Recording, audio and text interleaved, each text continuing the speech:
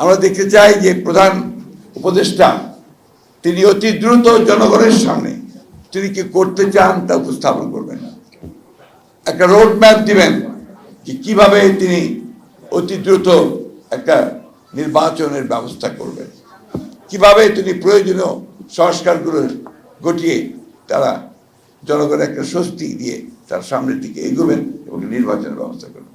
নতুন সরকার গঠন হচ্ছে, একটা ইন্টারিম সরকার, অন্তর্বর্তীকালীন সরকার, এবং সেই সরকারের প্রধান হচ্ছেন আমাদের সকলের অত্যন্ত শ্রদ্ধেয় মানুষ প্রফেসর ডক্টর ইউনূস আলী, আরো শ্রদ্ধেয় ব্যক্তিরা এর সদস্য হয়েছে। এদের কাছে আমাদের প্রত্যাশা অনেক। আমরা সবাই মনে করি যে এই ইন্টারিম গভর্নমেন্ট তারা অবশ্যই যৌক্তিক সময়ের মধ্যে তারা একটা নির্বাচনের ব্যবস্থা করবেন। আমি নির্বাচন কথার উপরে খুব জোর দিতে চাই, এবং যে সংস্কারের প্রশ্নটা এসছে, সবসময় আসছে, সেই সংস্কারের ব্যাপারেও নির্বাচনটা অত্যন্ত গুরুত্বপূর্ণ।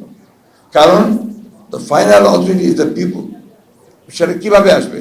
সেটা অবশ্যই একটা নির্বাচিত পার্লামেন্টের মধ্য দিয়ে তাদের মাধ্যমে সেটাকে আসতে হবে, এর কোনো বিকল্প নেই। সুতরাং কয়েকজন ব্যক্তি একটা সংস্কার করে দেবেন এটা আমি বিশ্বাস করি না। আমি বিশ্বাস করি জনগণের অংশগ্রহণের মধ্য দিয়ে তাদের মাধ্যমে কিন্তু সেই সংস্কার আসতে হবে। আমরা বিশ্বাস করি যে আমাদের এখন যারা ইন্টারিম গভর্নমেন্টে কাজ করছেন তারা সবাই অত্যন্ত আন্তরিক, তারা যোগ্য মানুষ, কিন্তু আমরা এটাকে আরো ভিজিবল দেখতে চাই, আরো দৃশ্যমান দেখতে চাই।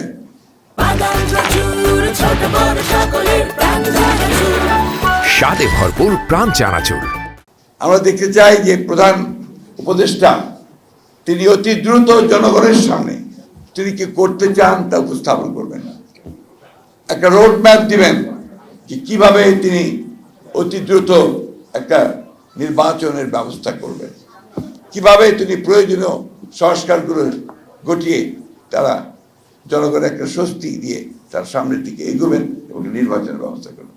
আমরা দেখতে চাই যে অবিলম্বে ওই ব্যুরোক্রেসিতে যারা প্রো পিপুল আছেন, যারা জনগণের সঙ্গে সম্পৃক্ত আছেন, সে আইন মেনেই সব মেনেই তাদেরকে আমরা পাশে দেখতে চাই। এই কথাগুলো আমি বলতাম না, কিন্তু বলতে বাধ্য হচ্ছি এই জন্যে যে আমরা সেগুলো দেখতে পাচ্ছি না।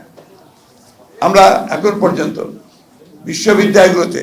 বিদ্যালয়গুলোতে কোনো ভাইস চ্যান্সেলর নিয়োগ দেওয়া হয়নি, অথচ ভাইস চ্যান্সেলর ইতিমধ্যে রিজাইন করেছেন। আমরা দেখতে চাই যে ভাইস চ্যান্সেলর নিয়োগ দেওয়া হচ্ছে যাদের সকলের কাছে গ্রহণযোগ্যতা আছে। এই সমস্ত আমরা দেখতে চাই যে আইন শৃঙ্খলা পরিস্থিতি নিয়ন্ত্রণের ব্যাপারে তারা অত্যন্ত সচেষ্ট। এই ব্যাপারে আমরা তাদেরকে সর্বাত্মক সহযোগিতা দিয়েছি, দেব এবং এখন দেব, সব রকম প্রতিশ্রুতি আমরা দিচ্ছি।